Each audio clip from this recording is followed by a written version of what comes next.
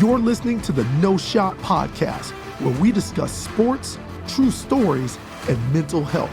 Brought to you by True Victory Apparel, Hillside Productions, and Radio Influence. Let's get after it.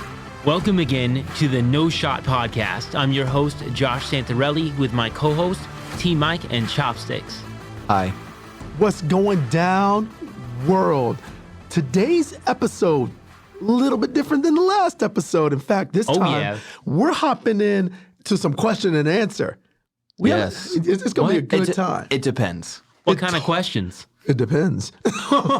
So with that in mind, we're going to jump into, a little bit of T. Mike's and Santa's world on the strength conditioning aspect of what it is to be an athlete. I'm a student. Oh, you're a student? Well, I'm an expert. That's what's up. So with that in mind, we're going to make sure that everybody understands the value of being an amazing coach in all different facets of the game. And we're going to focus a little bit more on the physical side of it. So Chop is our moderator, and we're letting it eat in 3, 2, 1. Roll, big dog. All right. So we have some, controversial topics when it comes to exercise science, okay? Oh, we like controversy on the No Shot. Yeah, we do. So, I think we all, especially you, Mike, we can all agree that in the exercise science world, the personal trainer world, strength training world, there is nothing that's truly black and white. Well, it depends. It depends. Definitely depends. So to expound upon what you just said, there are things that we can look at and say they're absolutes. There are certain things that are absolutes. To get really, really strong, you probably need to pick up something heavy. Yes. To get really, really fast, you probably need to move really, really fast. But it depends. But those are so generic.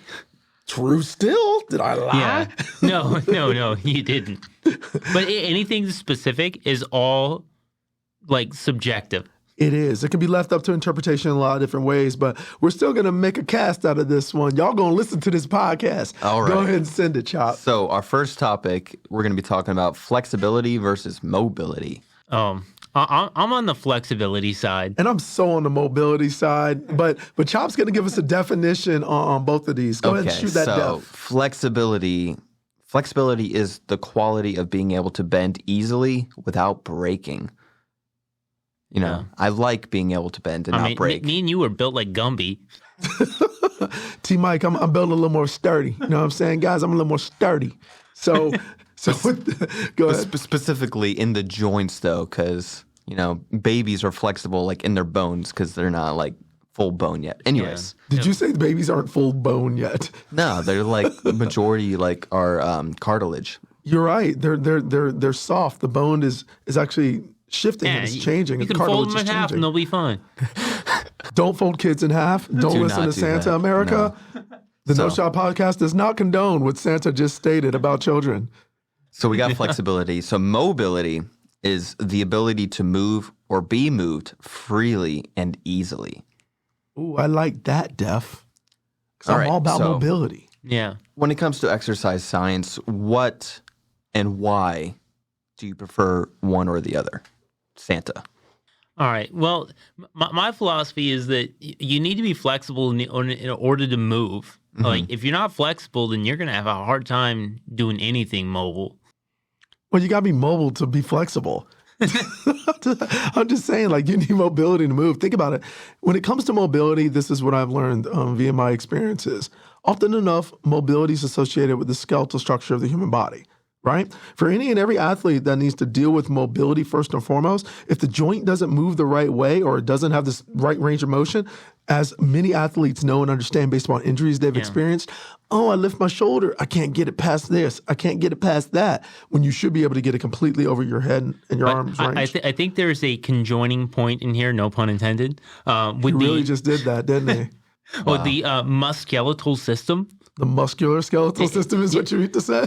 He just compounded those words. He really did. It was impressive. NASM says the musculoskeletal system. They do. Way to go, NASM. Yeah. National Academy of Sports Medicine. All right. So it's the muscle that's directly connected to the bone. Yeah. So so the muscle and the bone are working in conjunction with each other. They absolutely are. So really, it's like two sides of the same coin. It legitimately is. There's no doubt. You're absolutely correct. But it depends. So It depends.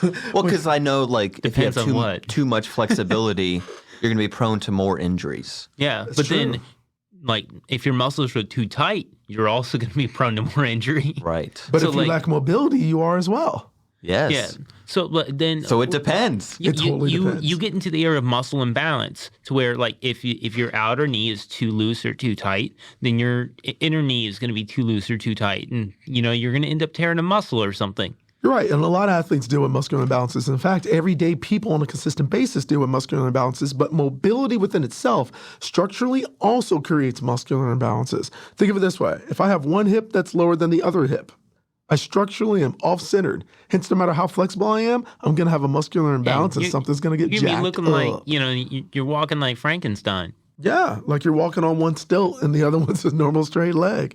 That's Yeah. kind of how it works, though. And in the end, when you It think looks about painful. it absolutely is painful. And it doesn't just look that way. It's a stinger every day. Look at the way some people come back from injury when they don't heal properly. Say they had a ligament tear or some type of structural tear or beating of a bone or breaking of a bone. Well, how do you heal properly? It How depends. it totally does. It depends. He's right, though, because it depends on the things you're doing right. Are you focusing on flexibility during that time? Are you doing mobility and range of motion exercises? Are you eating well? Is your supplementation good? What I see so often that happens, people sustain an injury, whether or not they're an athlete, especially if they're not an athlete, this happens. They're like, well, it'll never be the same. Oh, well. Yeah, they sit back, but often enough, most people are lazy. Like even athletes get caught up in being lazy and not going through the appropriate processes to actually recover properly, right, Chop? So in the end, we have to look at both of those things. And flexibility and mobility, first and foremost, they're both paramount to being the best version of an athlete you can be, or just everyday life. You know what I mean? Think about it. As a dad or as a mom, you want to be able to pick your kids up. But if your hips are all off and you're tight in your lower back, you pick up little Susie and Susie's a chubby baby. Oh, my back. Pop. It's okay. The baby can fold, so it's fine. The mom, not so great.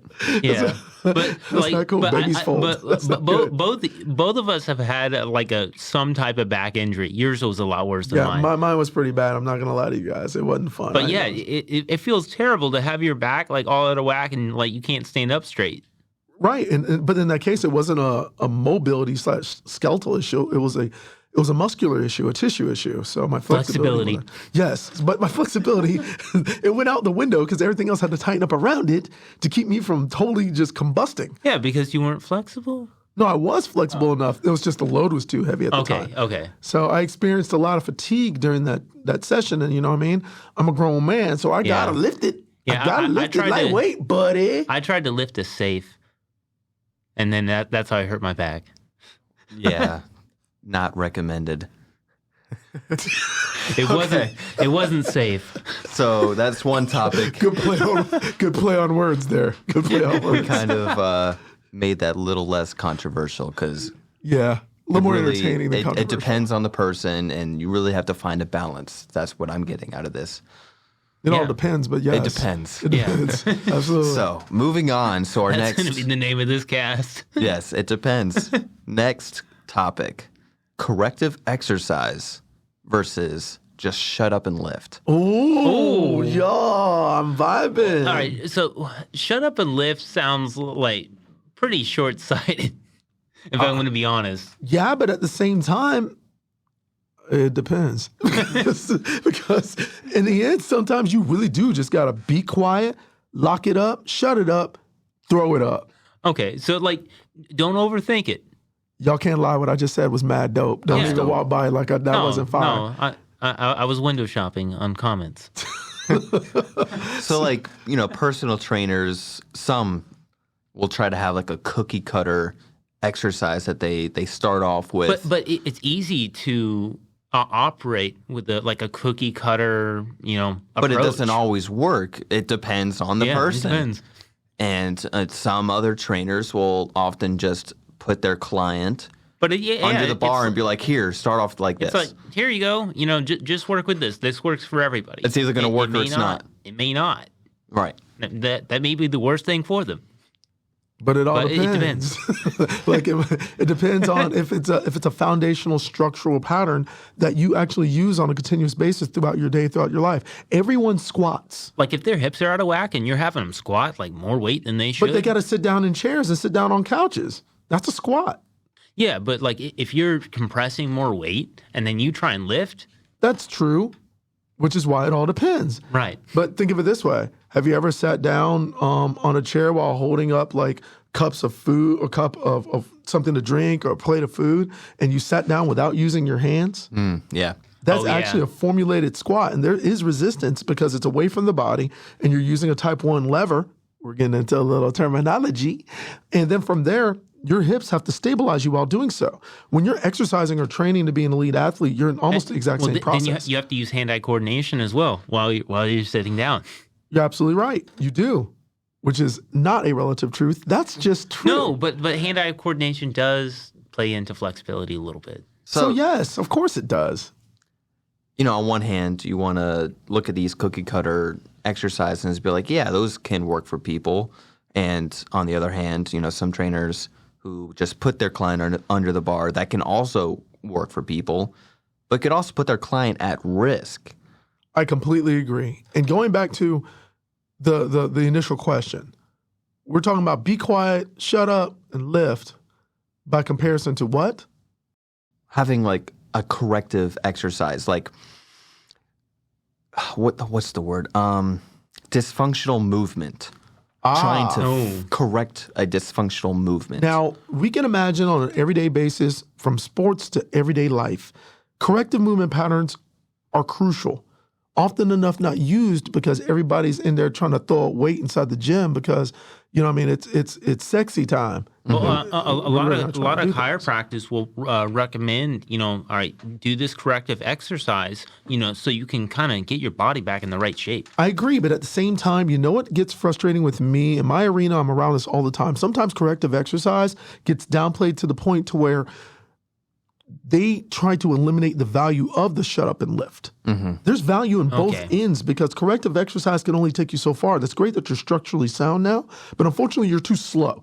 And unfortunately, you're too weak that you can't perform. And there is the Johnny Bravo body. There is no universally agreed Johnny Bravo way that somebody moves. Mm-hmm. Everybody moves differently. Everybody has different range of motion. Say that again. Everyone with the arms or with the arms swing. I'm swinging my arms now. Everyone has a different range of motion. Click. Different range of motions. Every structural body is slightly different. You're absolutely correct. Every human being has their own unique structural phasing and motion hints to where knees track differently, feet track differently, shoulders track differently, range of motion through scapular retraction tracks differently. All these things are unique to every individual, but there are foundational principles along with corrective exercise that can put everyone in a stable position so anyone and everyone can accurately perform movement patterns that are done by everybody, hence throwing a ball, swinging a bat, running, right? But then what about like dealing with different age ranges? Because like you're going to need to approach these workouts differently with the younger or older athlete. That's absolutely true. But it also depends. It truly does, because like we talked about, we got Baby Gronk on deck. Baby Gronk on deck throwing up weight. I mean, yeah, like he's talking about, nah, bro, y'all need to throw some pads on right there. We need to let it eat. But often enough, corrective exercise goes into the realm of clinical psychology, clinical therapy, clinical breakdown. Wait a minute, little Susie, So back it down. seems like it's being downplayed to a pseudoscience. Well, it is a pseudoscience. If you really look at it, it's specific. And ultimately, no, I mean pseudo as in like, oh, this isn't really a legitimate type of workout. It's just kind of to appease the workout people that subscribe to this particular type of thought. Well, to some extent it is, but it depends. Because if you think about it this way, it is a pseudoscience to the extent that it's corrective, based upon the idea that you want to do something that's of greater benefit to you in a greater way. Right. Which brings us to our sponsor, True Victory Apparel. If you aren't perfect, this is the perfect brand for you. If you've ever struggled, if you've ever failed, if you've ever been the underdog, if you've ever doubted yourself or been doubted by others, this is the perfect brand for you. If you want to get better, be better, and make our world better, then this is the perfect brand for you.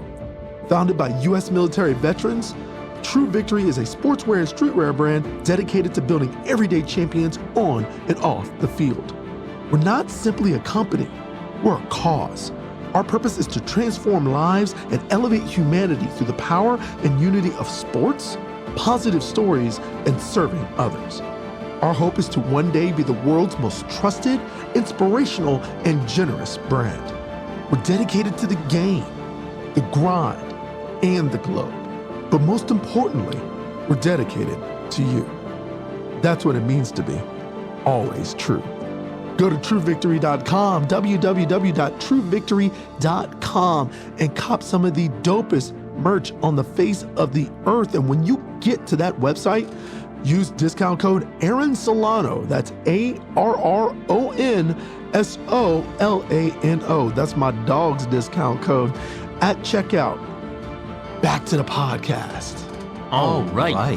Oh, Jinx. Jakes. Use your words, gentlemen. You all owe me a soda. I owe you nothing.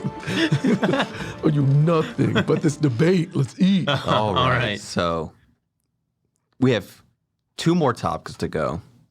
All right. Our next one, we're looking at compound versus isolation exercises. Compound movements versus ISO movements. Interesting. I know what isolation movements are, but compound I'm going to need some education on. Top Ellen, let me school you. So, ISO exercise, we're talking about maybe a single lever movement, a bicep curl, right? There's value in that because the girls like the bis.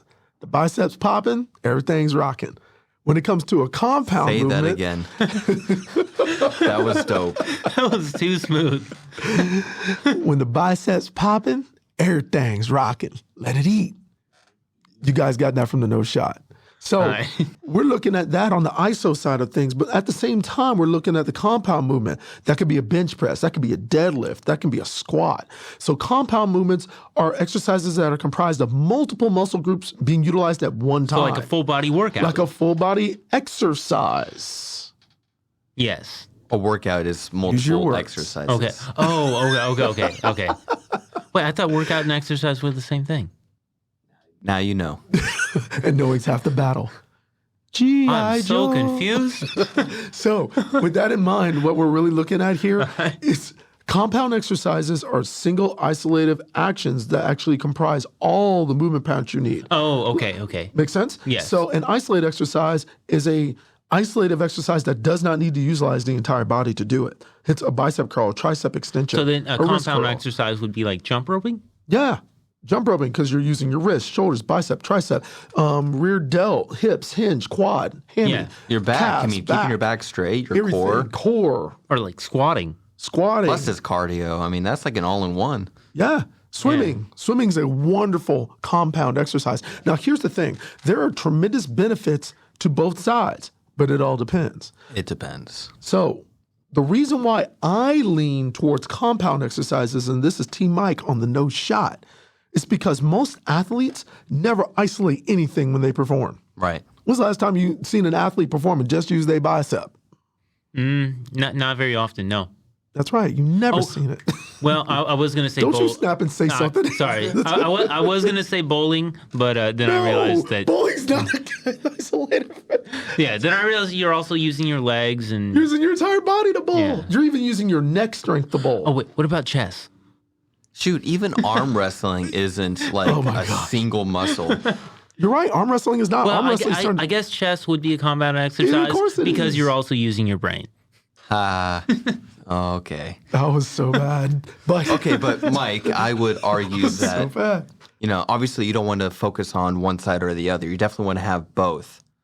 But when it comes to, in sports, the most injured muscles are going to be your hamstrings and your adductors.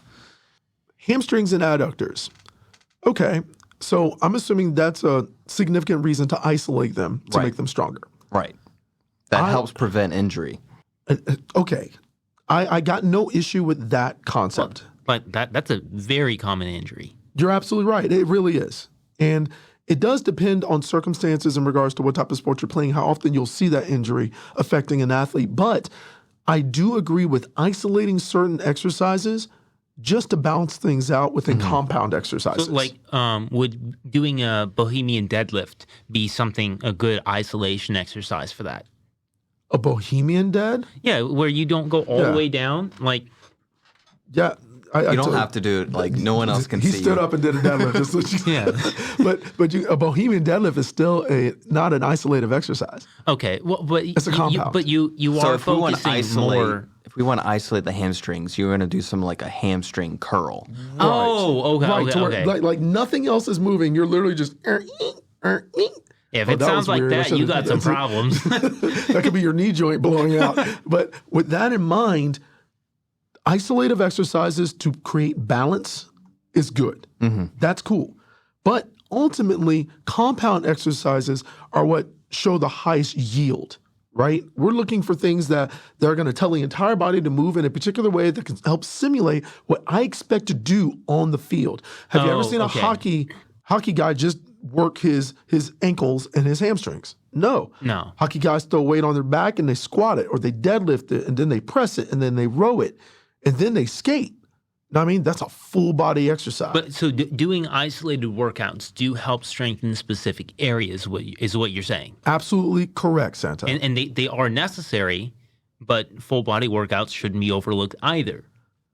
They, in my opinion, aren't quote unquote necessary, but should be utilized. But look at all the guys that have like a huge upper body and then tiny little legs.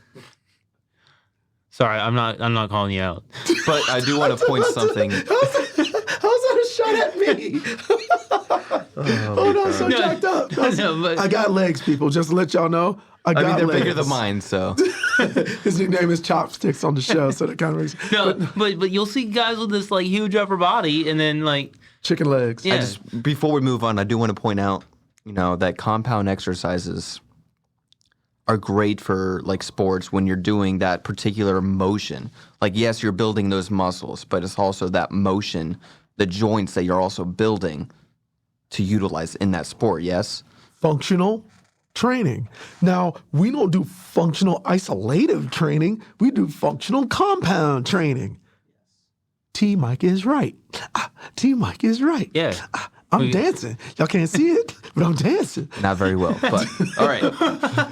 One more topic, and then we are going to... Don't you knock my swag, my guy. One more topic, and then we have some questions, all right? Ooh, we got question new and answer segment? Yeah, A new new on the segment, shot. question and answer. All right. Next topic, moderate reps versus lower/higher reps. wait, what?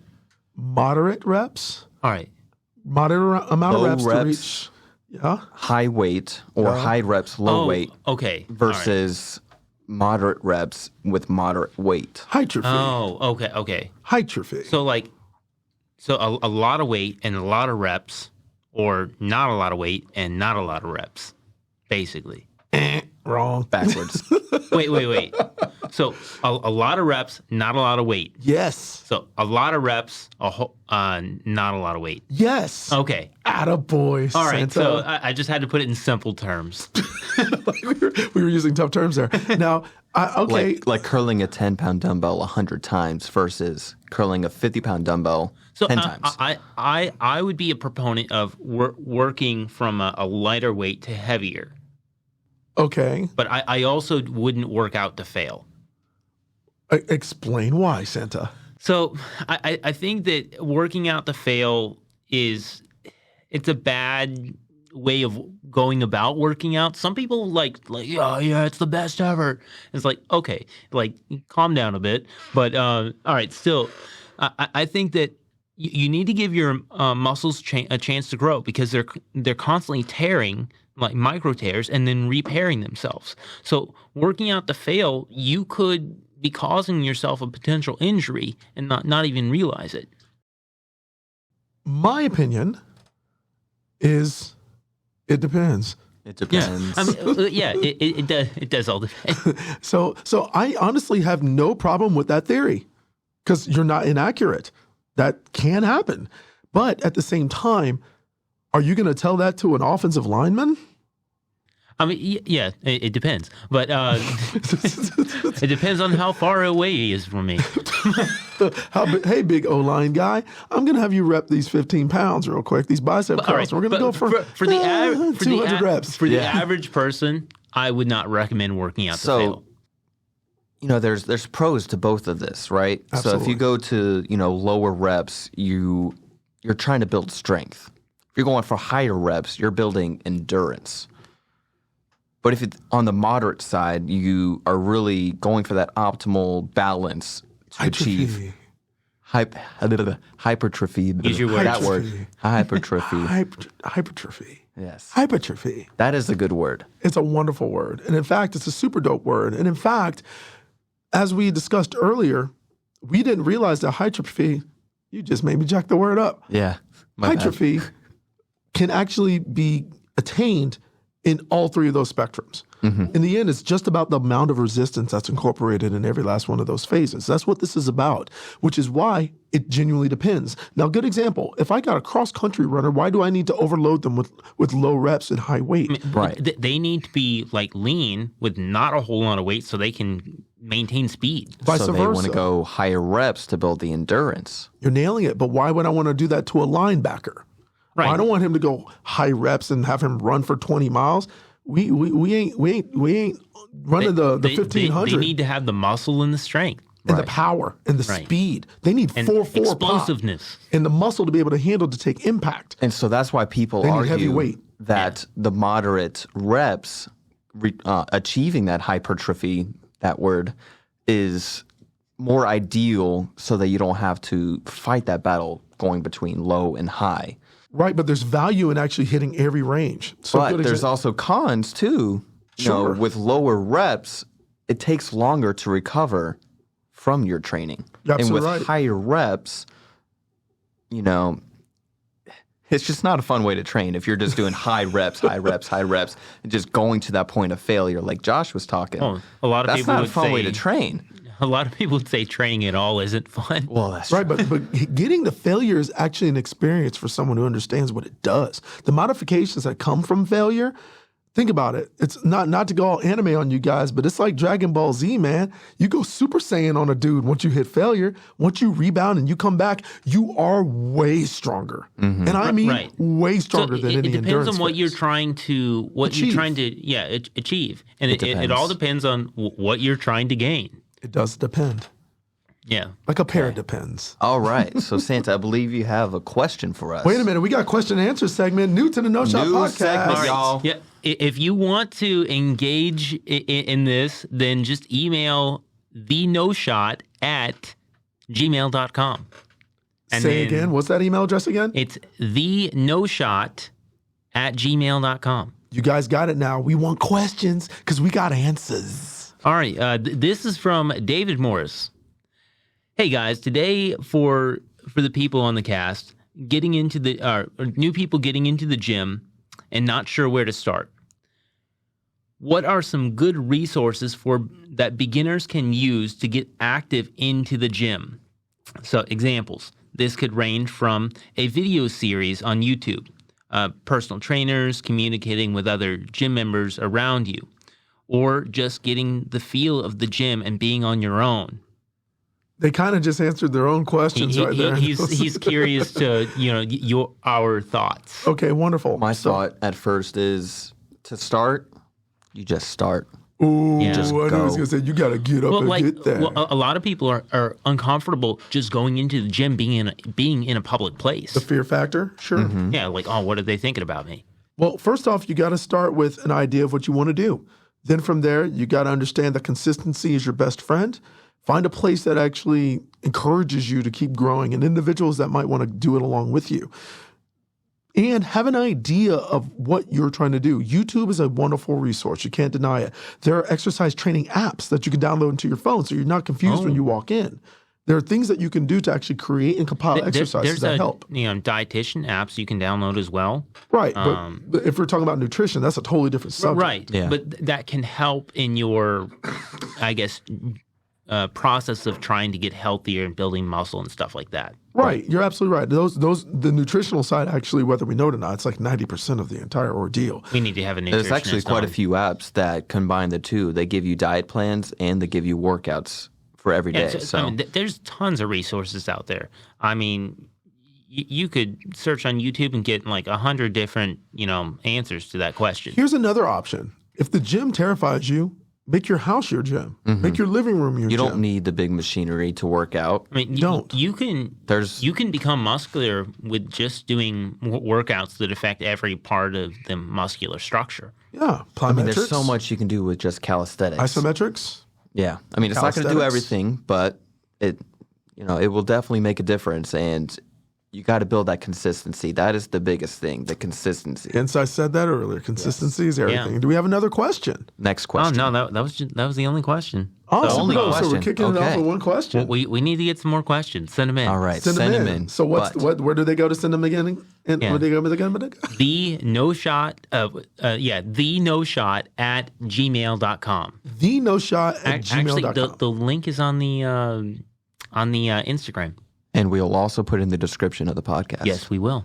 Make sure you're following us because we have more controversial topics on the next episode. But for now, T-Mike. Gin Pub. Guys, gals, America, world. It's time for us to understand that fitness is extremely important. However you go about the process of getting started, it's time to get started. Whether you're walking just to get the ball rolling, whether you're doing calisthenics at home, your push-ups, sit-ups, and leg lifts, it doesn't matter. Get the ball rolling. Not everyone needs to become the next Bo Jackson or, superstar weightlifter or Ronnie Coleman. Even though everything's lightweight, buddy, you gotta get started. And then from there, as Chop and Santa and I have put an emphasis on, become consistent. If you can find consistency, you will find great results. Please remember, if you've heard anything on this podcast today, you will find absolutely wonderful results that you can look in the mirror and say, this was worth it in every which way, shape, or form, if you can be consistent.